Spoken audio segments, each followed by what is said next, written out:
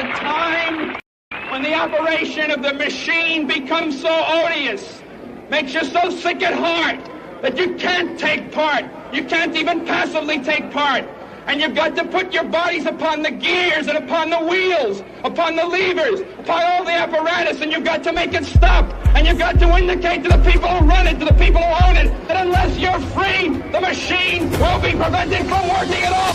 Australia's best independent news and opinion radio show, The Daily Australian, with Nicola Charles and Jason Olbourne.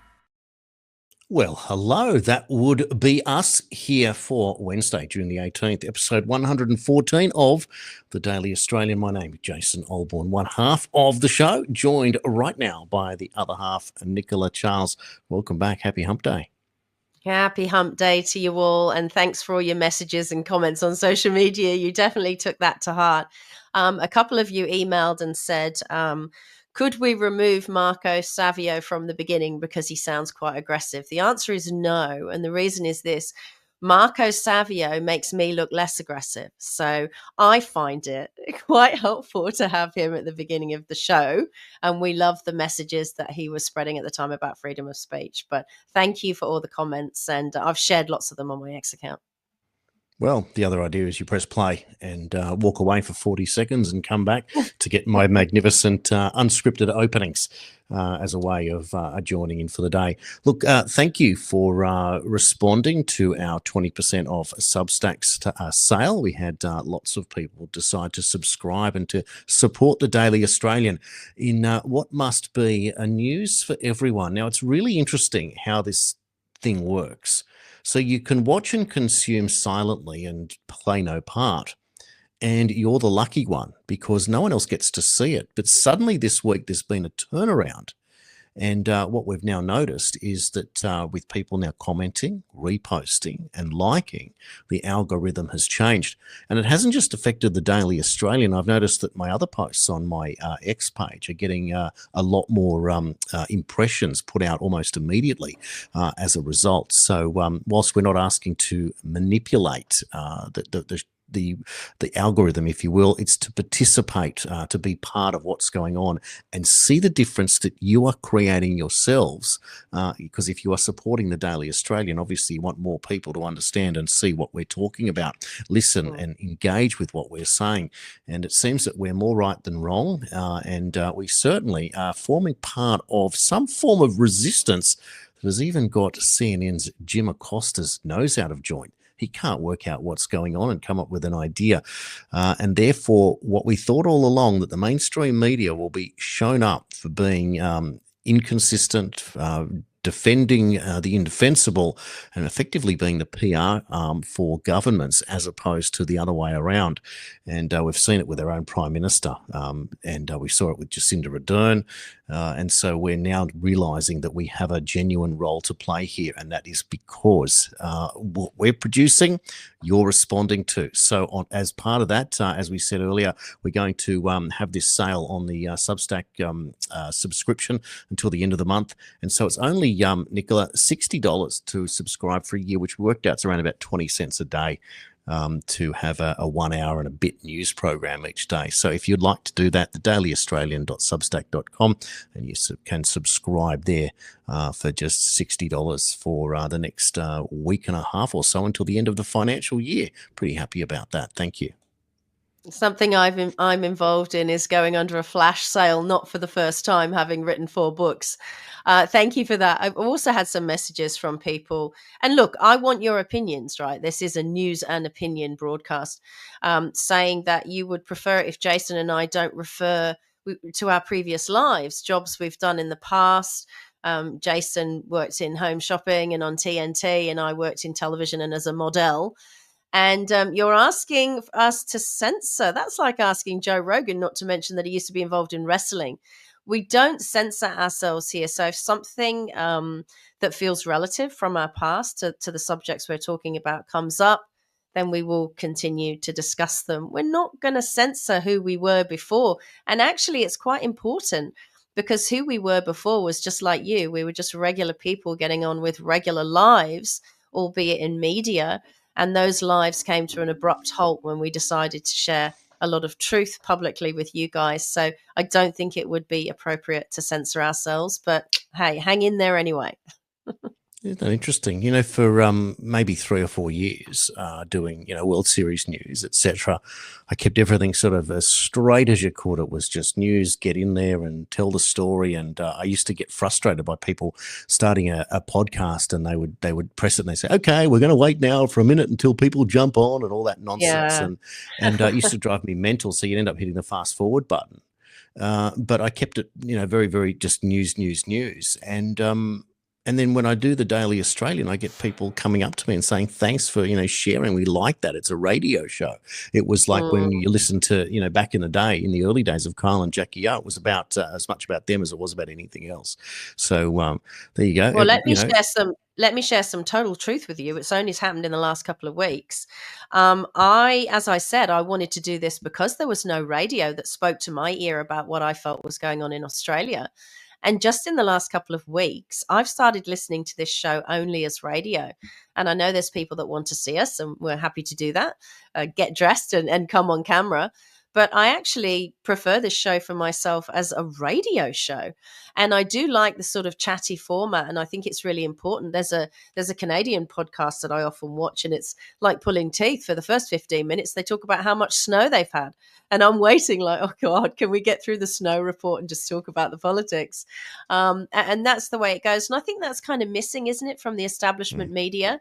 And it really does feel like they're just sitting parroting their mainstream media talking points. And I think to bring a human aspect to it is really, really important. I think we have to do that because the human aspect of our lives has been universally ignored for the last 5 years, and I don't think that's fair. Well, the other thing is that if you are increasingly isolated in a world that you feel like that you're withdrawing from, isn't it nice to know how your so-called friends or colleagues or others that think like you are living their life? So I think there is a fairly reasonable part of comparison there. You don't have to agree with it. You don't have to do anything like what we're doing at all. But we don't share similar lives either. I mean, we live in different states. We have different hobbies, different ideas. We do different things on the weekends, and therefore it's just giving people an inside look into the people that may well be on the mainstream news next year, the way we're going and the way Jim Acosta is thinking that we are. He's not happy at all that no one's watching CNN, and hopefully soon the Australian independent media will have a bigger audience than the ABC or Channel 9 or probably Channel 10 at least. So Yeah. there you go. Oh, poor Channel 10. One of the things right. that annoys me about politics in Australia is that because the politicians have become like the marketing guys who come out and deliver all the bad news, and we don't really know anything about who they are.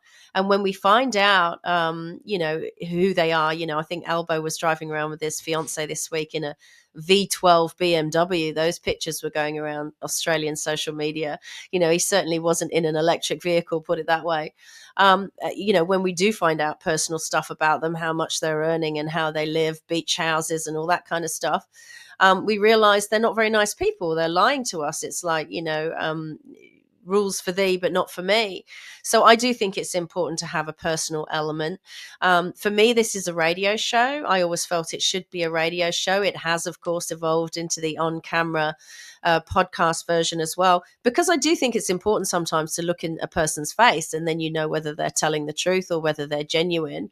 And as we all know, it's quite a brave thing to do for Jason and I, because we do live in a world of facial recognition and surveillance. So it's recording what we're saying. It's collecting the data on what we're saying. And I'm glad about that. I feel like we're going to go on the historic record as doing the right thing. And so try not to change us too much, And also, you can't like everything about a person all the time. Sometimes I'll watch I don't religiously watch it, but sometimes someone will send me something and I'll watch Joe Rogan and I think, I can't watch that. That's awful. That's like boys in a bar chatting. You can't like something about a broadcast all of the time. There's going to be things that you don't like, but hopefully there's going to be more content that you do like and that is important. Well, that's it. We're all out there. Otherwise, we'd be sitting there watching Carl Stefanovic every morning and just going on with what he's telling you and what Natalie Barr's saying on Sunrise. And if that means go and get your vaccines, everyone, because heaven forbid you be incapable of managing a flu virus, God, that's what you're meant to do today. It's just extraordinary. Look, I think maybe go on. Isn't the Australian government? You just showed me a slide before we came to air. The Australian government's putting stuff out now that don't give them to children. Yeah, isn't that interesting too? So let's show you that now. So it was one thing that we reported last week, and again, this is the point about what we're doing. You have a mainstream narrative, and you also have the unreported news, which is the whole reason why we're here. It all started for me, COVID stats back, 5 years ago, or even before that. But that was the big turning point in coming out with it. And the thing was, we were told one thing on those 11 a.m. Reports with the state premiers. And then there was what we weren't being told, which was being printed every single day in the Australian government statistics, the New South Wales government statistics in each of the relevant states. And it didn't add up to what we were being told. So therefore, that's the purpose of it. So I'll show you this picture. Here it is. Where have I placed this in the long list of stuff that I wanted to show you today? There it is, right up the top. Canberra Daily. There you go.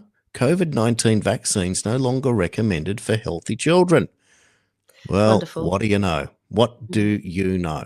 And the reason we all know is because the risks no longer outweigh the benefits on an official level. We knew it. And guess what? The official narrative caught up to the cookers. That's right. So are the government anti-vaxxers now? Is that what the Australian government are just a bunch of anti-vaxxers? Is that what's happening? Absolutely, because that's what you accused anyone else of. And when that lunatic, and he is, Michael Gunner with the big eyes, if you don't take it and you said you took it and you won't take another one, you're an anti-vaxxer. Well, Michael Gunner, you are now officially an imbecile. But we knew that already. Isn't it interesting that based on these same extrapolations there, that there being the case? They came to the same conclusions that we came to. They just came to them years later.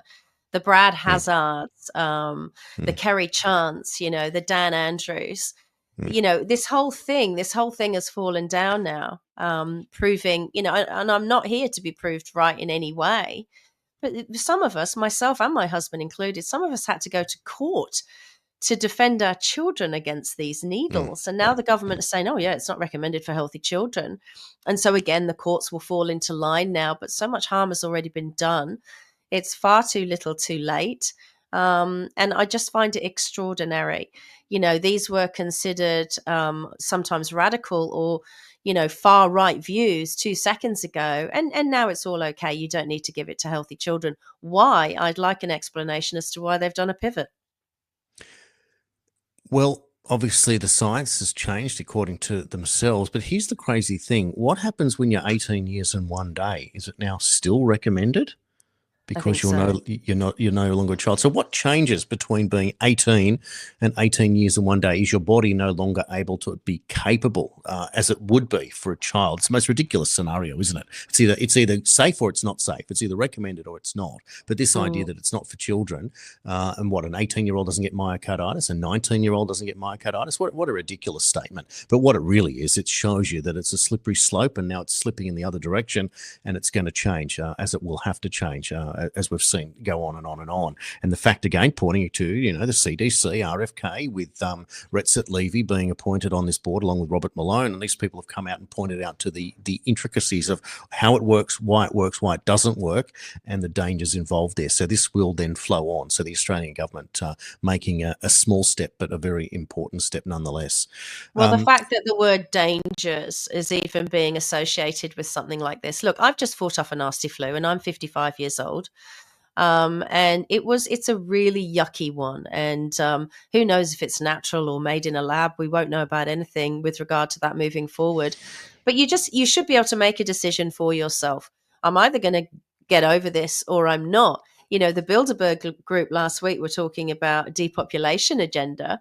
So surely those of us who are deciding to be natural and anti-vaxxers, surely those of us who are deciding, oh, well, if it's going to take me out, it's going to take me out. Surely we should be your favorite people because we're not interested in your instant remedies to save us. We should be given those choices. And it shouldn't just be for children. It should be across the board, but hopefully we'll get there eventually. Now, I was going to save it up, but I think it's appropriate to bring it up now. I don't know if you can remember, but back in the COVID days when Chris Cuomo on CNN jumped up and got all aggressive and said, we will tell you what to believe.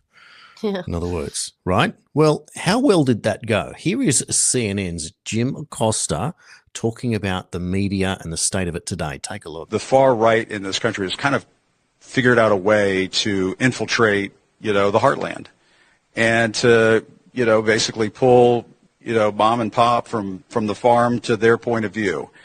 And as it turns out, a lot of those folks vote in these elections. And a lot of those folks have been completely led astray.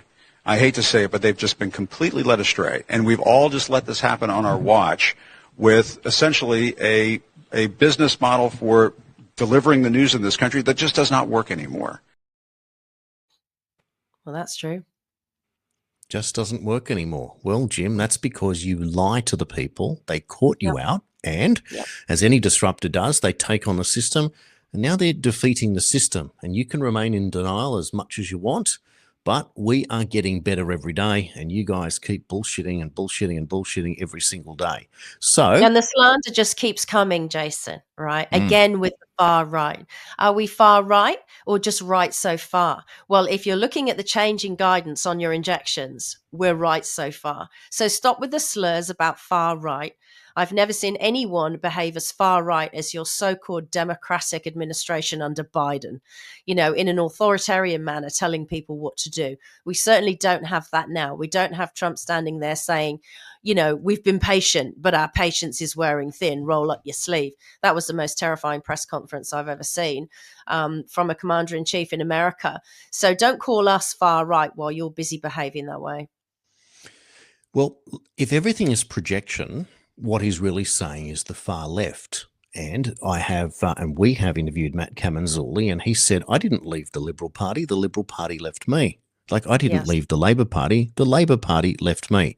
And that's the difference. So it's not far right. It's just where the right side of the ledger sits. And that's where the populists gather. And so people can argue, oh, but this, that, the other, and then they drop the Nazi word and all this other. It's absolute garbage.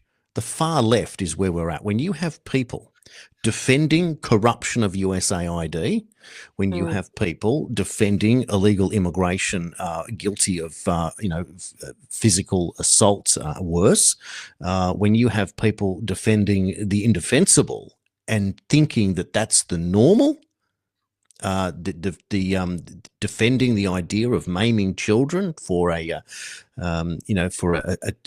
gender preference at the age of 3. It's a nonsense. We know it's a nonsense, but we get shoved in our face. This is the great propaganda rules. Now, we saw last week. Talking about the media, Jason, haven't you got some interesting clips there? Albo, the Australian Prime Minister, Anthony Albanese, saying that he talks to all media, that he doesn't just stand there with certain media groups and that he's open to questions from everyone.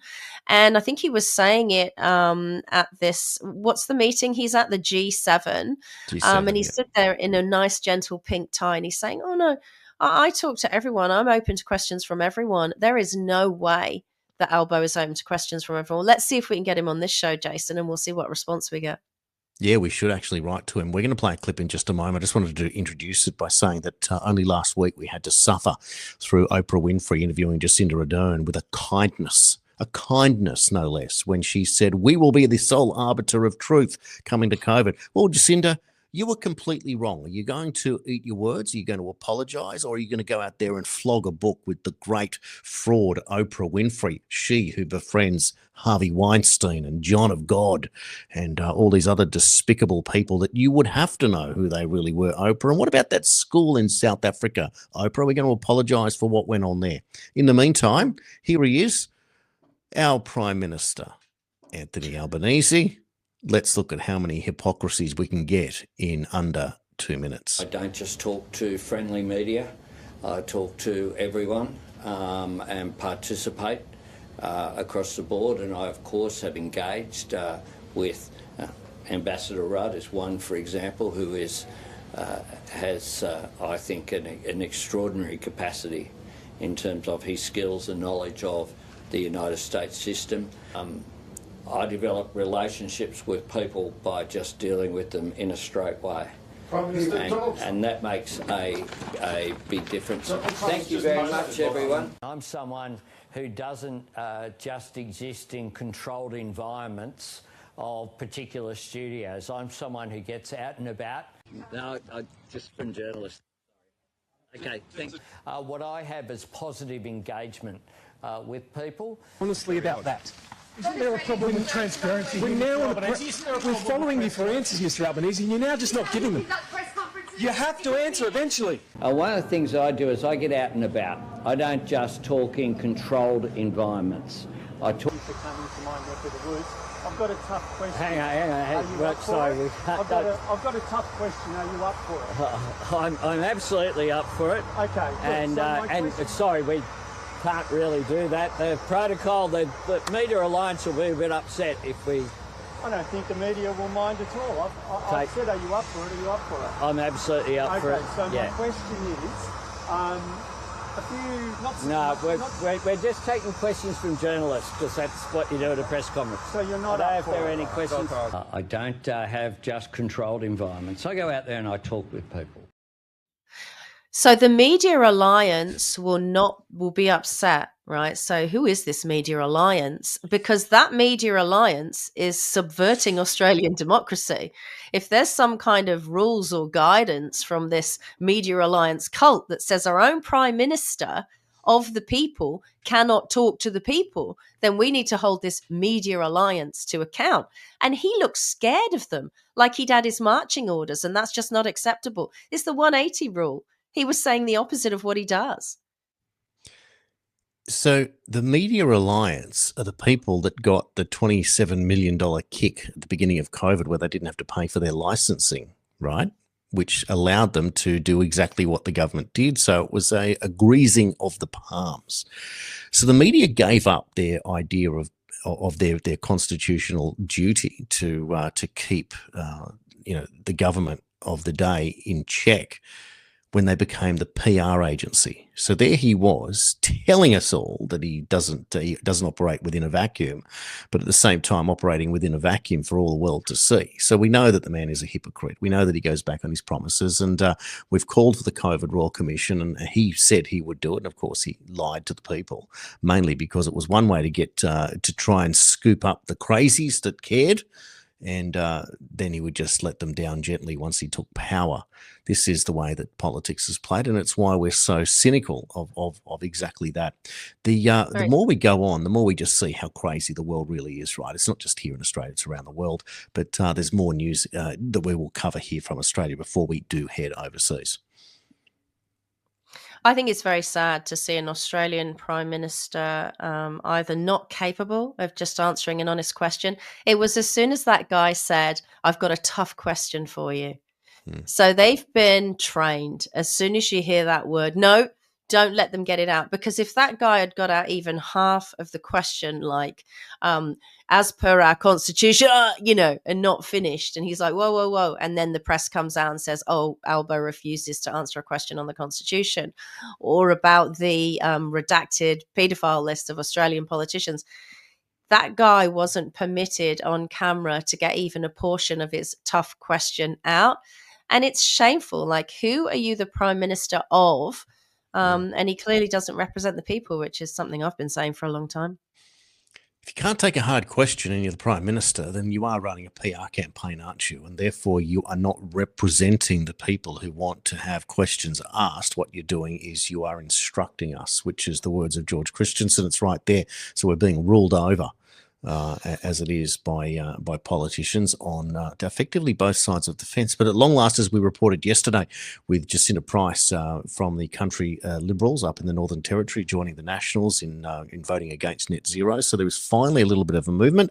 But to quote Paul Keating, in politics, you can always bet on self-interest, because you know it's trying, and therefore these people wanting to get to establish power or maintain power are realizing where the voter is. So it's kind of like trying to read the tea leaves of the mood of the Australian people. But it's bloody obvious, guys. If we are going backwards, if we are struggling, if we are dealing with a crime wave that we never dealt with before, then the changes that you have made to the country aren't working. We know that you never want to change course. You never want to admit that you made a mistake, and you never want to admit defeat. But reality, you have to be forced into it. And that's what happens. And that is what the media is meant to do. Hold you bastards to account, not sit there and happy clap you along for your mediocrity and your globalist order taking and your lack of conviction, and the idea that you'll just stand there, look at us and go along to get along, and somehow we're meant to be happy with that scenario, when that is not the case at all. Weak leadership, you might as well have no leadership at all. It's the same thing. Well, it affects everyday lives. So I have a couple of teenage daughters, and they work in a hospitality business. They run it. And I have reached a point now, there are so many clips of violence towards young women from the migrants in Australia on social media, that I am now not inclined to allow them to get Ubers to work, on the days I can't take them or drop them off. And so that's affecting all of our lives, because I feel nervous about even the Uber drivers.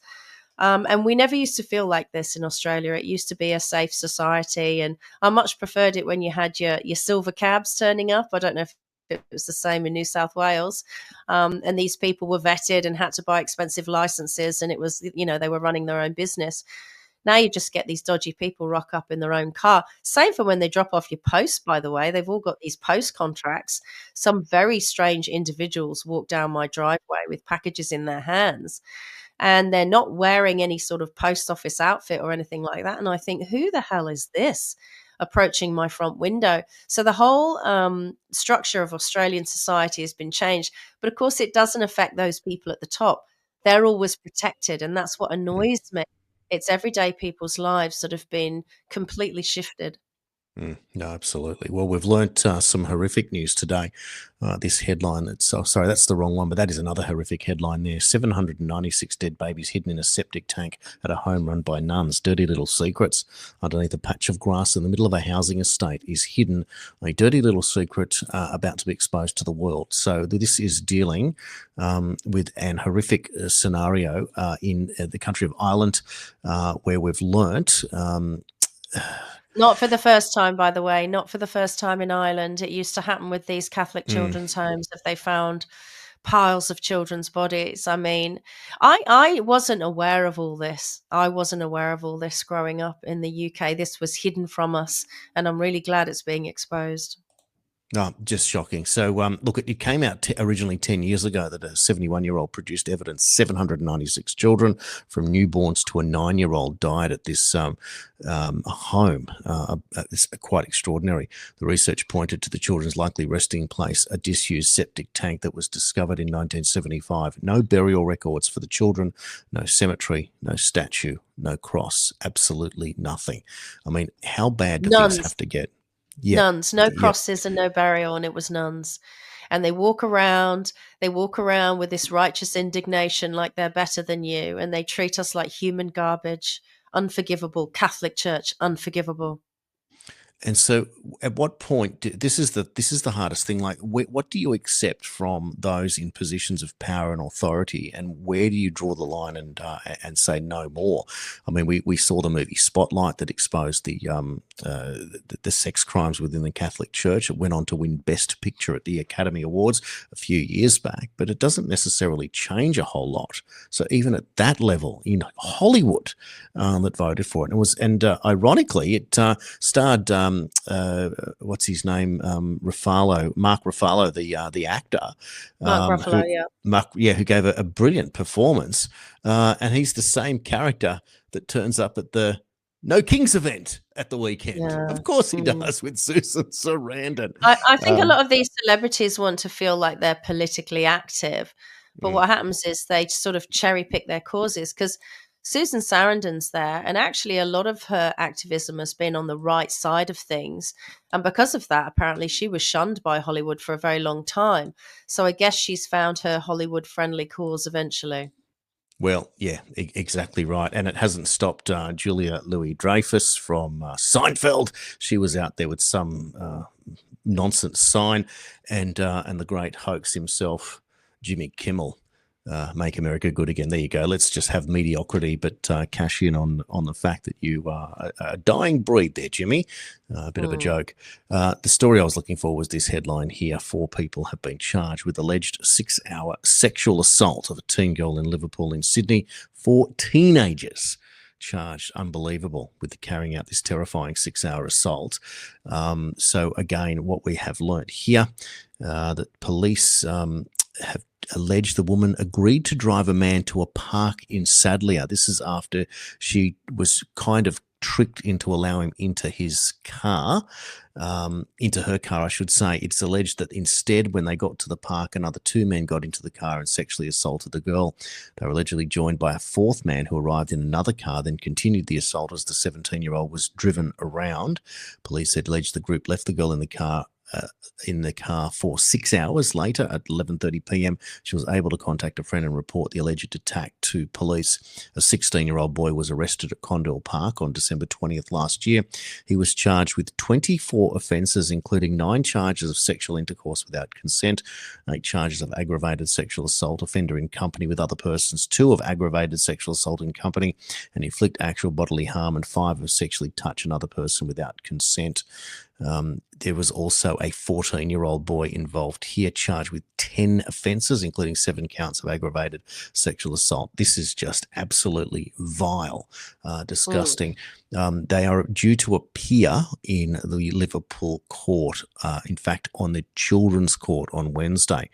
Detectives also arrested a 19-year-old man in Heckenberg who was taken to Liverpool Police Station and charged with 5 counts of aggravated sexual assault, and he will face Liverpool court on Wednesday.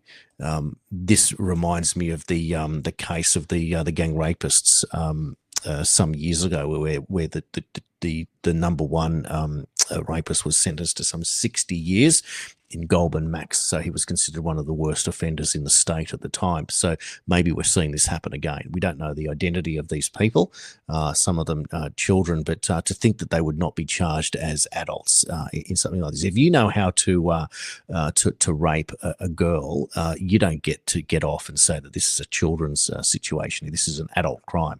I can't think why there would be any sort of concession there for these people. So where are the parents? Okay, they're all quite young, aside from the 19-year-old, but even with the 19-year-old. Firstly, with the girl. So where are the parents of the girl? Like I said, I'm nervous to put my older teenage girls in an Uber to go to work. This is Anthony Albanese and the Labour Party's Australia in 2025. Thank you so much for it, you traitorous bastard. Where were the parents or guardian of that young girl that didn't teach her that you don't let men you don't know into your car? One of the most foolish things I've ever heard. And in fact, her foolishness might go against her in court. But where are the parents of these teenage boys? And we're seeing this a lot here in all communities, Australian communities, migrant communities. I said this in 2018 when there was a lot of Berwick gang crime in the southeast of Melbourne with regard to migrant teenagers. And I said on radio, I'm speaking to the mothers from the Sudanese community. They were the children involved. Did you know where your teenagers were at 11 p.m. on Friday night? Because all parents of underage children should know where their teenagers are when they go roaming the streets at night. That's part of your responsibility. And unless we hold some of these parents to account for the behaviors of their children, then children are just running riot in this country. That's what's happening. Children are creating gangs. I mean, I see them from all communities. Children are creating gangs, and they're on expensive electric scooters, or they're on push bikes, or they're just roaming around shopping malls. They're pulling out knives. They're causing problems. We never hear about this again. Do you remember that footage of those people? It's always blurry as well. When someone needs to be held to account, the surveillance state suddenly doesn't work and it's blurry. That doesn't happen if you pick up your phone in your car. Then the footage isn't blurry. Then the footage is bang on. So you can get that $1,000 fine. By the way, the law's changing on 1st of July, so heads up. If you even touch your mobile phone at a red traffic light and you're not moving, those cameras work great. But as soon as gangs of teenagers pull out knives and start threatening people, suddenly the footage is very blurry and we don't know if we can find out who they are. Where are the parents? Start holding the parents to account. Were I a politician, I would make it publicly known that I'm sorry. If any of your children under the age of 18 commit adult crime like this, you will be charged as well. That's it, Jason. It will stop. Well, it's interesting because there are so many broken homes, kids that go home Doesn't to matter. homes that don't have parents there, that have missing fathers, missing mothers, etc. I personally know of a story where some people I know were involved with sports in Western Sydney, and they would not get a good turn up until they offered free food, and then they would get a good turnout, and the kids would come along. And on some occasions, they would walk the kids home, and they would see the kid would arrive walking up to the front doorstep, and there was dad on the doorstep, blind drunk, yelling at the kid where he was, being escorted home by two white women.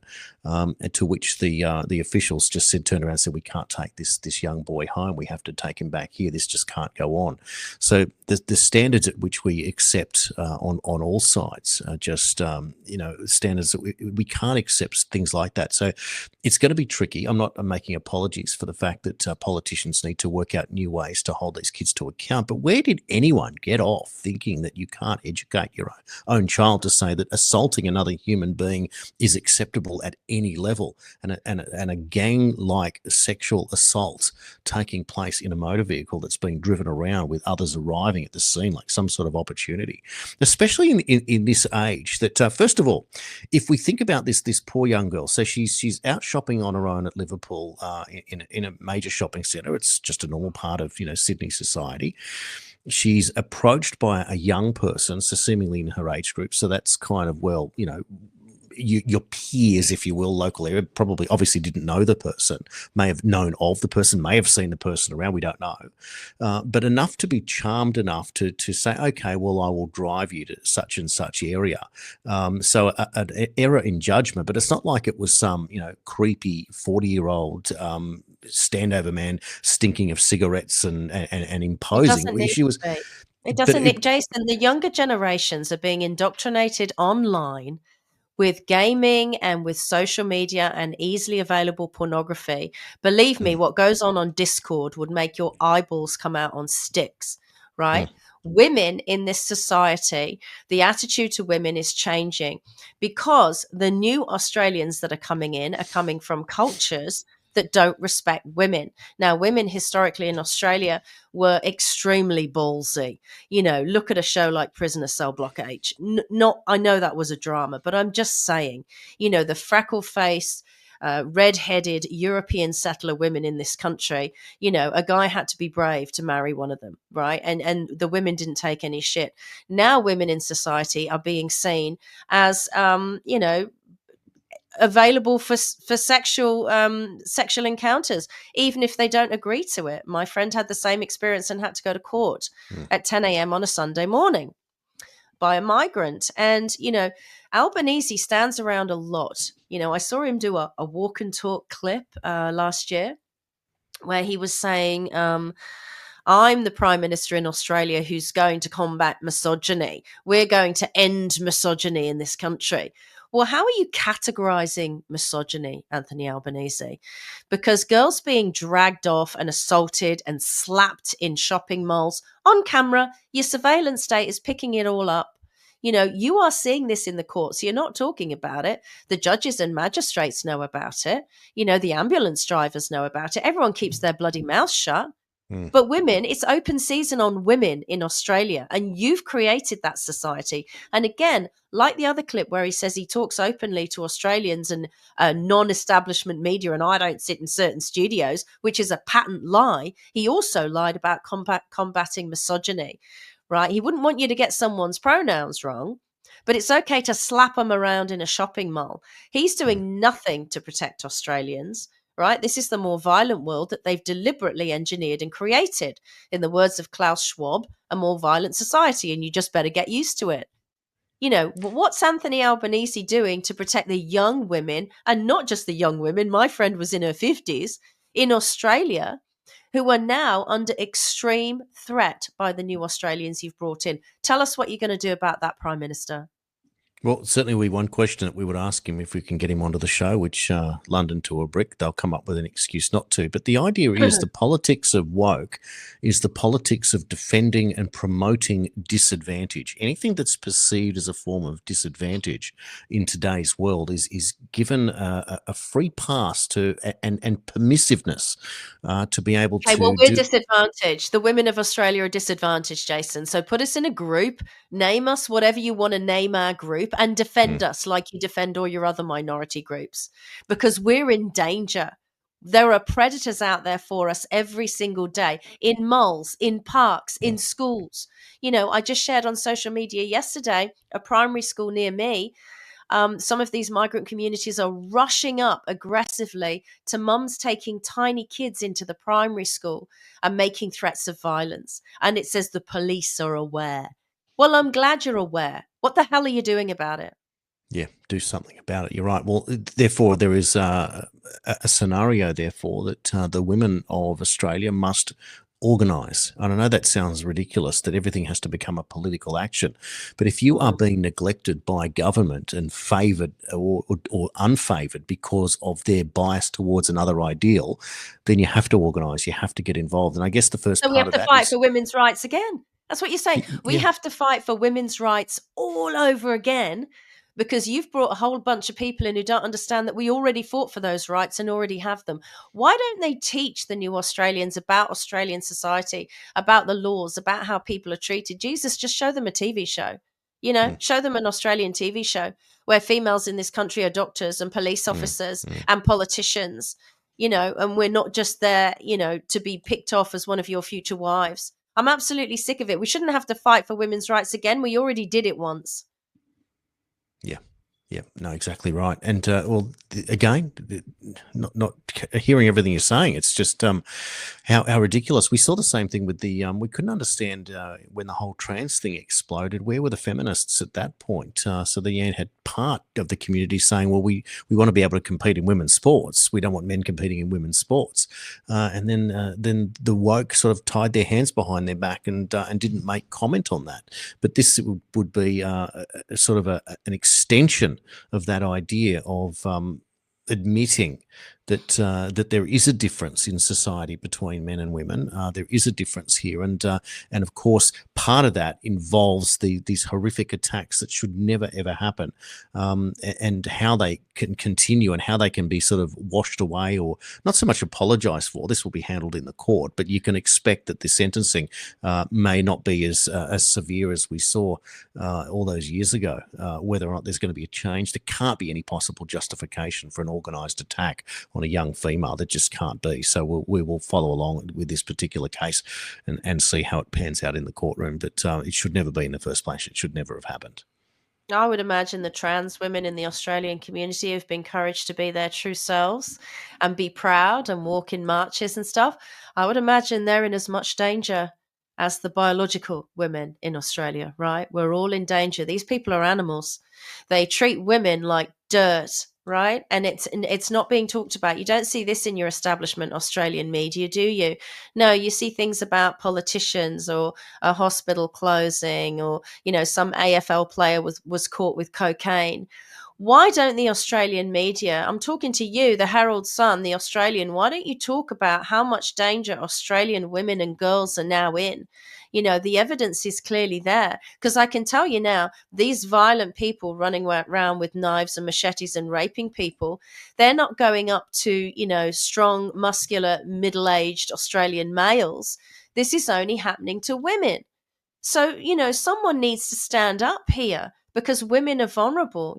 We can't compete with them in strength.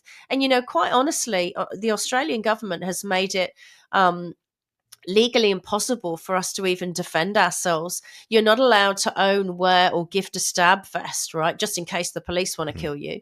You're not allowed to carry even something like mace in your pocket in Australia. You're not allowed as a female to carry a knife for self-defense, like any kind of small, protection knife. You're not allowed to do anything. We're not allowed to carry weapons. We can't defend ourselves. So who is going to defend us? No, what they're telling us is, we'll catch it on camera and they'll go to court. But that means it gets done. The crime gets done, Jason, and I'd like to stop it before it happens. So just tell us your plan for stopping aggression towards Australian women. Well, we'll put that one forward to the Prime Minister's Department and see how far we're going to get with that. But this is something for all politicians to be able to come out on the front foot and be able to address.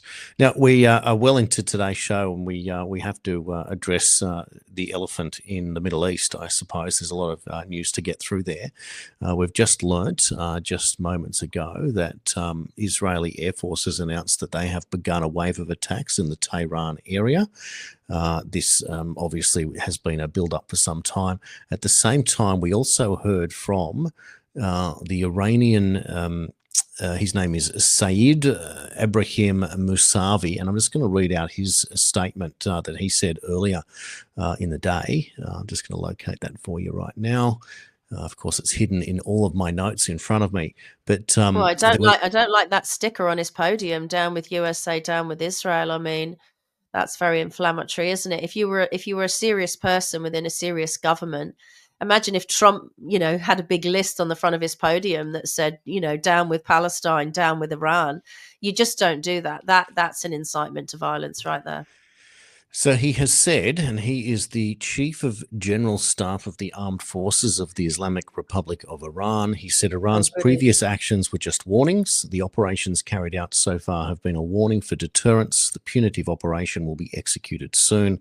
The real and decisive punitive action will be soon carried out against the Zionist regime with the help of God Almighty. All settlers should immediately leave Tel Aviv and Haifa. So what we've now seen is the particular threats. So it says, according to Insider Paper, Iran has prepared missiles and other military equipment for strikes on US bases in the Middle East should the United States join Israel's war against the country, according to American officials who have reviewed intelligence reports per the New York Times. So there's a lot of bluster backwards and forwards, of course. There's a lot of trying to figure out, are we headed towards nuclear war, or is this going to get worse or not? So we're just managing what we're seeing here in terms of reports. Another statement here. Iranian TV reports that there is a surprise tonight that the world will remember for centuries. Goodness me. God.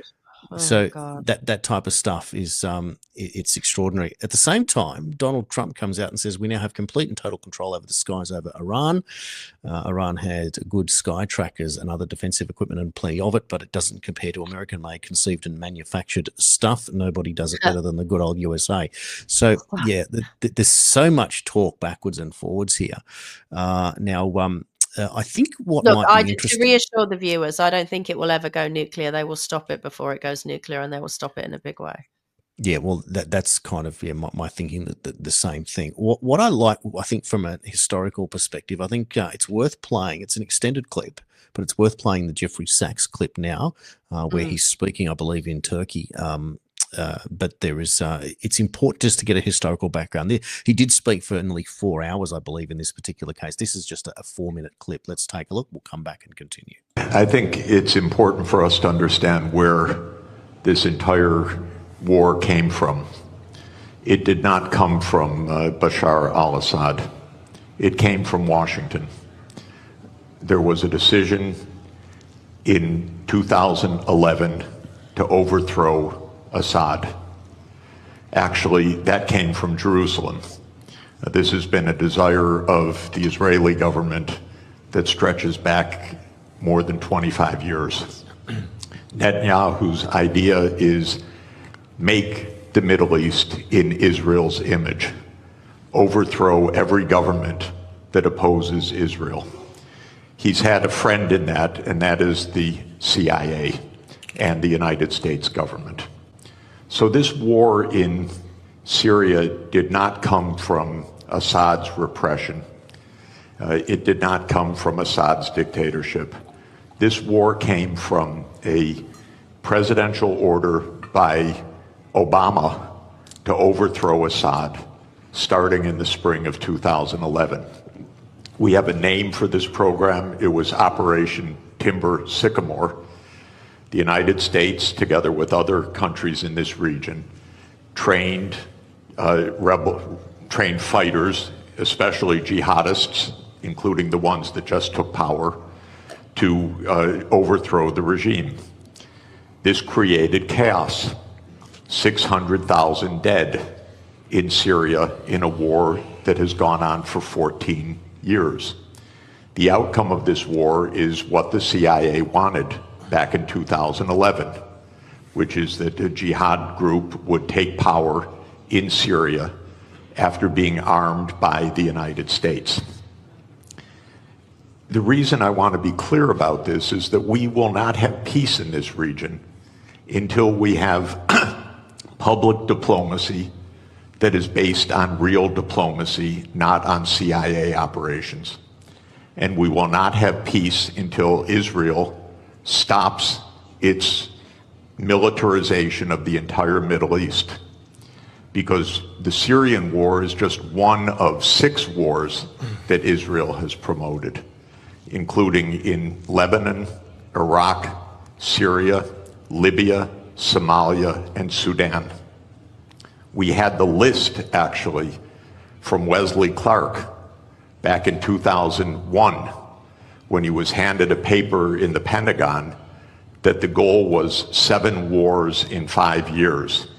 The only war that hasn't taken place yet, to Netanyahu's great consternation, is the US war with Iran, which Israel is still trying to instigate to this very day. So the Syrian war is part of a regional tragedy. We have tragedy in Gaza, the West Bank, Lebanon, Syria, Iraq, Sudan, South Sudan, and Libya that I put at the hands of the United States government and its ally Israel, because none of these wars had to happen. These were all wars of choice. They were all wars that came from the idea of regime change operations, that the United States would determine which regimes operate in which countries. We'll never have peace in this region if outside imperial powers like the United States are dictating the terms to this region. The only way to have peace in this region is if this region is determining its own future, not outside powers. And Israel could never do these wars on its own. These are American wars. America provides the financing, it provides the military backup, it provides the naval support, it provides the intelligence operations, it provides the munitions. Israel couldn't fight for 1 day without the United States backing. Israel could not be committing a genocide in Gaza without the United States' full operational complicity. I don't mean political complicity, I mean direct, daily operational complicity. This has to end. This region has been divided for 100 years, first by the British Empire and then by the American Empire. Yeah. It's complicated, isn't it? But it's not that complicated when you start to unravel the involvement there. So he points the finger at the CIA, wanting to create regime change for control in the region. And obviously they tap into Israeli interests. And you've got Netanyahu there wanting those series of wars over that period of time. And the ultimate is to go the US into a war with Iran that would satisfy and tick all the boxes for Netanyahu. That's why I think what we're seeing, therefore, is this ultimate scenario now that we are at the brink, the sum of all fears, right now, where we're expecting something to happen. Will the US attack or not? We've just got reports that 2 US stealth bombers are airborne. but not knowing where they are at the moment. So that's just an attack that George Galloway shared a short while ago. We've learnt that Trump said earlier that they have complete control over the skies over Iran there. And we also have some other information. Just want to find these particular graphs for you here. I mean, This what's is the end interesting. game, Jason? Is this about oil at the end of the day? Is this No. about resources? Are you No, sure? no. Well, what's the Yeah. end game? What are they Okay. trying to achieve? They want to control Iran. Well, they're calling for an unconditional surrender. Obviously, they're Trump. What this is about is the liberating of the peoples of the world from the regimes that control them. This has always been No about one's that benevolent, Jason. There's got to be something else involved in it. Well, why you come back to the same old question? Why does a 69-year-old billionaire walk down the Trump stairs to announce that he's going to run for the presidency 10 years ago? For what reason do you risk your safety, your family's safety, who you clearly adore, and your wealth to do this? Darren Hinch told me he thought it was ego. Well, it can't just be ego. No one's going to do that. And so the follow-up question I should have asked Hinch, which I didn't, was, well, why did you run at around 72 years of age? You're the oldest person ever elected to the Senate. But instead he told me how much he loved that period of his life. It's the greatest moment of his life, being an elected senator. So that's an interesting perspective. So maybe it was more of Hinch explaining why he ran. This is about the liberation. 100%. It's about this is the point that we have been at the hostage of a deep state, as Jeffrey Sachs said there, by a CIA running people like Obama, a Manchurian candidate like Biden, etc., for the corruption that exists in Ukraine as the crime capital of the world. And Iran, in many ways, is another deep state a proxy that does this same bidding, that's funded both sides. And so we wonder what it's about if they've had Ayatollah control there for decades. Do the people of Iran like the Ayatollahs? Absolutely not. This is the point. They want to be liberated. So do the people of Israel want to be liberated the same way. So do the people of Palestine. So do the people of all parts of the Middle East. So not just the Middle East. And not just the Middle East. Look at us in the West. We're probably more oppressed now than on a downward slope than Trump, anyone. can you come to Australia next? Yeah, Australia, Canada, New Zealand, we're all in the same boat. Only the woke people pretend that they're doing well. It's only because they think that the enemy is the far right, the Donald Trumps of the world. What I see happening here is that the Trump card is Vladimir Putin. And this is the big thing, right? So yesterday, Trump gets up in front of the G7 and says you made a big mistake in not having Putin in here, which you got rid of. Now, Putin, as we know, is an ally of Iran. We also know that Putin said that Iran can't have a nuclear weapon. Putin said it. So parking that there for a moment, I want to bring up this particular statement. There's a couple of them here. Hang on, Jason. It's a difficult situation for America right now, surely, right? Because they're funding and arming Ukrainian forces against Russia, and yet they're aligned with Russia when it comes to Iran. You know, that's a very tricky tightrope that you're walking. I mean, there's no way that Russia's going to come. I don't know. Could you not embolden Russia to support Iran because of what you're doing in Ukraine? It doesn't seem particularly smart to me, you know, to have these multiple wars going on, these conflicts at the same time. Well, let's just go back because to where I was with Iran not being able to have a nuclear war. There's much contention over Tulsi Gabbard and what she said recently. I just want to bring this up from JD Vance first. And so I'm just going to skim over that. Looking at, I'm seeing this from the insider and admittedly biased towards our president, but there's a lot of crazy stuff on social media. He wants to address things directly on the Iran issue. First, the president has been amazingly consistent over a decade that Iran cannot have a nuclear weapon. Over the last few months, he encouraged his foreign policy team to reach a deal with the Iranians to accomplish this goal. The president made clear that they cannot have uranium enrichment, and he said repeatedly that this would happen over one or two ways, either the easy way or the other way. Second, there's been a lot of confusion over the issue of civilian nuclear power and uranium enrichment. These are distinct issues. Iran could have civilian nuclear power without enrichment, but Iran rejected that. Meanwhile, they've enriched uranium far above the level necessary for any civilian purpose. They've been involved or found in violation of their non-proliferation obligations by the International Atomic Energy Agency, which is hardly a right-wing organization. It's Yeah, one thing look, to I want get all civilian that. energy, one thing to demand sophisticated enrichment capacity. So we have a line in the sand that is drawn. So we know that the US and Putin both say they can't have a nuclear weapon. The idea is that Putin will come out at some point. Putin has to play a role here and get in between Trump, Israel, and the Ayatollah and say no more. I see Putin as part of the peacemaking process, which everyone thinks is crazy, and that's the whole point. Because what's happened is the deep state's gone completely quiet. The whole world is quiet, silent on this issue. Macron's coming out saying that Trump's going to organize a ceasefire. Trump's adamant. He's saying, I'm not organizing a ceasefire. They have to come to me. I'm not going to them. So this is again this thing. That's why he called for this unconditional surrender earlier. It's obvious that that his patience is thinning, but this is a game of great big bluff. But the threats are going either way. So we've seen Israel now attacking Tehran, the airspace secured, Iran promising that they're going to unleash something that's going to be seen for centuries. That for me feels like, well, what are you going to do? If that sounds as crazy as it is, to me, it almost sounds like they're going to pull out this bloody nuke and they're going to go, here you go. We are going to shoot it off now. And then Putin comes out and says, hang on. What are you doing? And so becomes some sort of peacemaker in this process. But this idea, this chest beating that's going on is just extraordinary.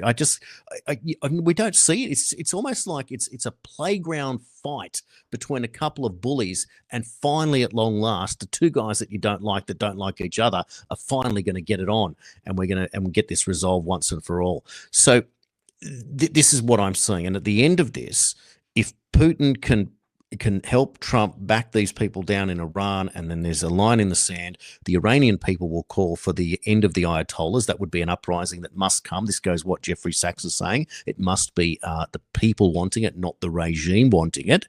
And with that, Putin then comes to the table in Ukraine, and that war is solved within hours or days, and it's over.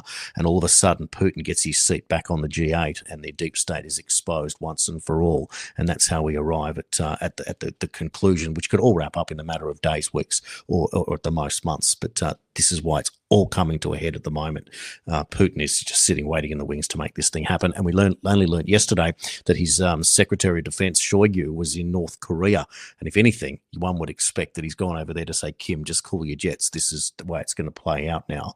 But at the same time, it appears that he sent him there because they hold a nuclear weapon to just see what's going on. But look, everyone's being held in check right now, and all eyes are on Donald Trump, who, besides what they say about no kings, Donald Trump right now is the king of the world. Everyone is looking to him to be the peacemaker in all of this. He's the one that holds all the power compared to anyone else, and he's literally playing with it at the moment. It looks like a game of literally a Punch and Judy puppet show. So that's my take on where we are at the moment.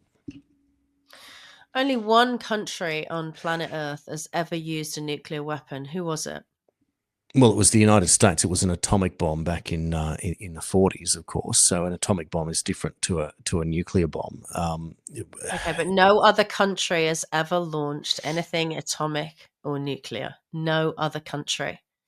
So we're really playing with fire here. I'll tell you why as well. Because I would imagine, I could be wrong, but I would imagine if Iran were to launch anything that heavy, that it would be aimed at Tel Aviv. I would imagine that's what they would want the world to see. Now, because of the behavior of Israel towards the Palestinian people, I think you might find a scary situation where the world cheers if they bomb Tel Aviv. So it's a really tricky situation that's unfolding, right? You just saw there on that very long clip that even this guy, this strategic expert, is blaming Israel. And, I'm not surprised that they're talking to Kim Jong-un and all of these people who do hold nuclear weapons, because here's what's going to happen. If suddenly one is launched at Israel and succeeds and lands anywhere, even if it's in the middle of the desert, it could be game on around the world. It's a very dangerous situation we're looking at, because we all only have one lifetime, right? And these leaders are psychopathic. They are all psychopathic. I didn't like that you called Trump a king. I mean, this is the whole point. He's not a king. We already have a king in the UK and he's bloody awful. So, I wouldn't go on a march saying no more kings. If America's worried about kings, they should look to George Soros because he's been running the show. And also worry about your queens like Hillary Clinton. But these people are psychopathic, so they only have one short lifespan. So if they think, oh, well, Iran has launched a nuke, here's my chance. Here's my chance to use my nukes. So how far is America going to let this go, considering they're the only country that's ever used anything like it? It's funny, isn't it? I have brought it up with multiple people that I've interviewed, Americans, and I jokingly introduce them as royalty in the space if they're in the media, and they always get offended. They always go, "We don't have royalty in the US," and I say, "Well, we're here from Australia, and it's a term of endearment to say that you are royalty." So to say that Trump is a king is a term of endearment from the perspective. Of course, he's not the king, but he is the head of state. For goodness me, it's the same thing. Head of state can be a king. He can be a head of a president the same way. But he is holding all the strings. The question is, what would be two things? What would we be doing right now if Joe Biden was in charge? If he was the king of America, who actually assumed that he was? Well, he gave money to Iran.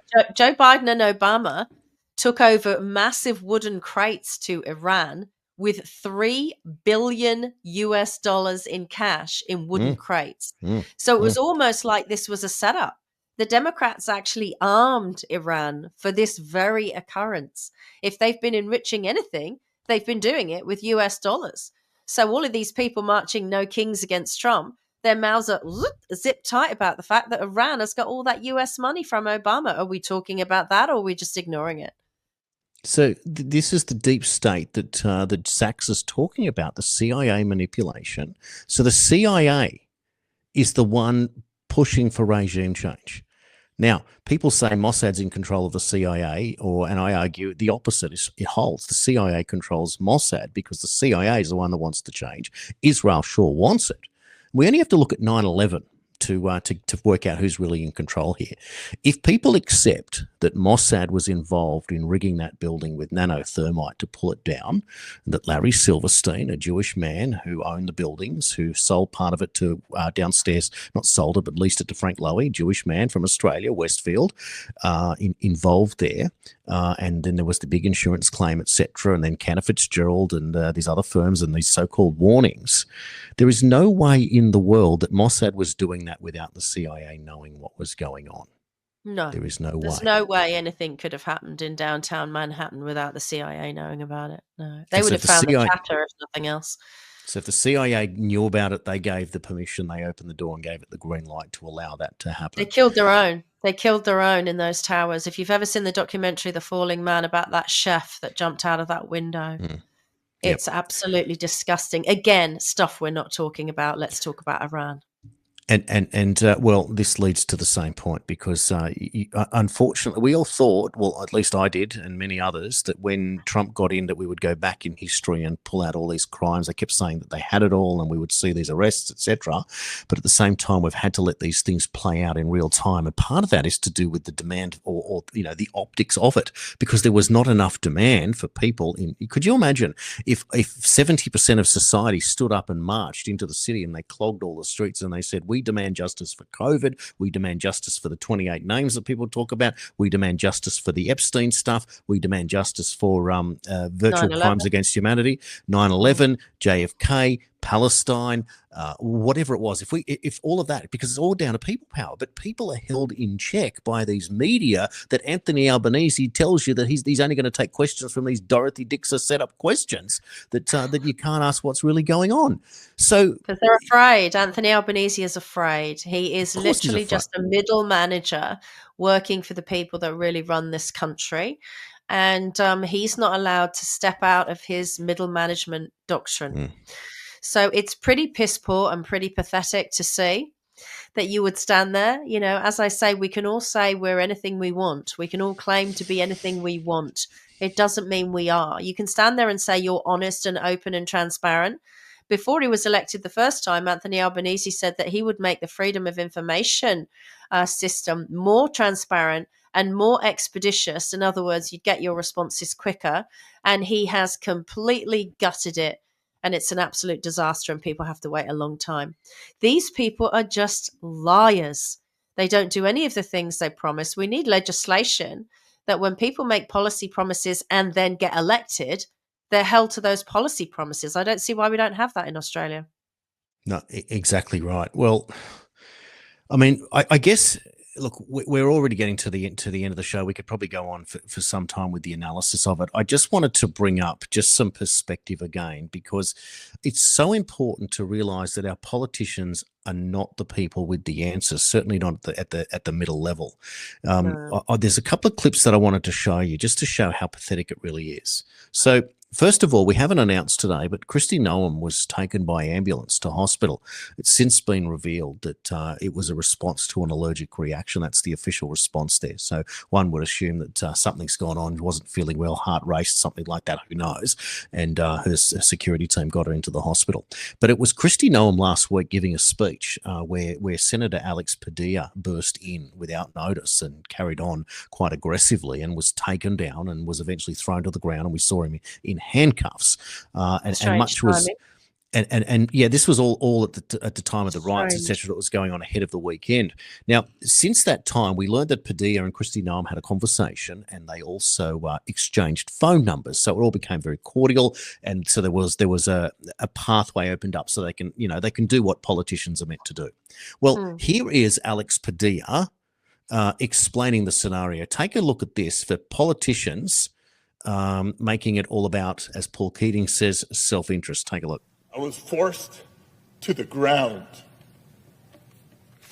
First on my knees,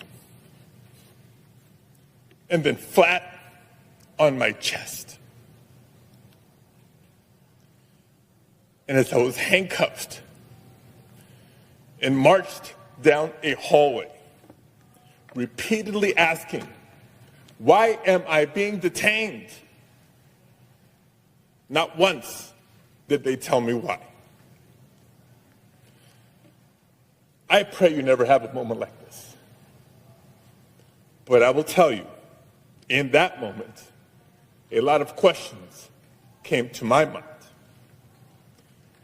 First of all, where are they taking me? Because I know I'm not just being escorted out of the building. Am I being arrested here?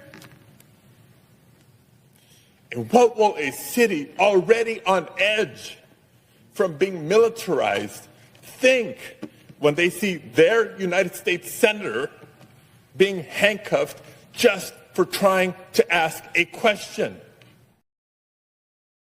How about that?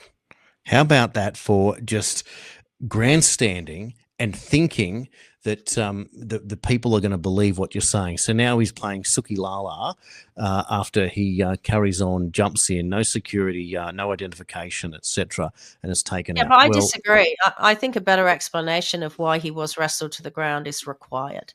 I'm no fan of Democrats. He, it's a horrible thing to happen. If this happens to members of the public, like when we saw the guy slammed to the ground at Flinders Street Station, we demand answers. And we probably should with politicians as well. I do find it odd that they were so heavy-handed with him. I can see why he'd be emotionally upset. And he's not even giving an explanation himself. So what did they say to you, mate? What did they say to you as to why it was? It can't have just been because he wasn't wearing an ID tag, and he was walking in quite aggressively. So it seemed like he was trying to enter to break up what she was saying or to interfere with someone else's speech. And that was probably why. But it was quite hard to watch, because you can imagine if you saw Pauline Hanson in Australia wrestled to the ground, and I know she's had her problems with the police in the past, but like physically wrestled to the ground, I think we'd be a bit worried about that. So I still don't have all the answers on that, but my heart can actually feel why he was upset about it. It seemed a bit rough. Well, there you go. Well, now I'm going to play for you Chicago Mayor Brandon Johnson on CNN, and even the CNN commentator can't quite deal with it. I guess we'll call this one today's elephant in the room.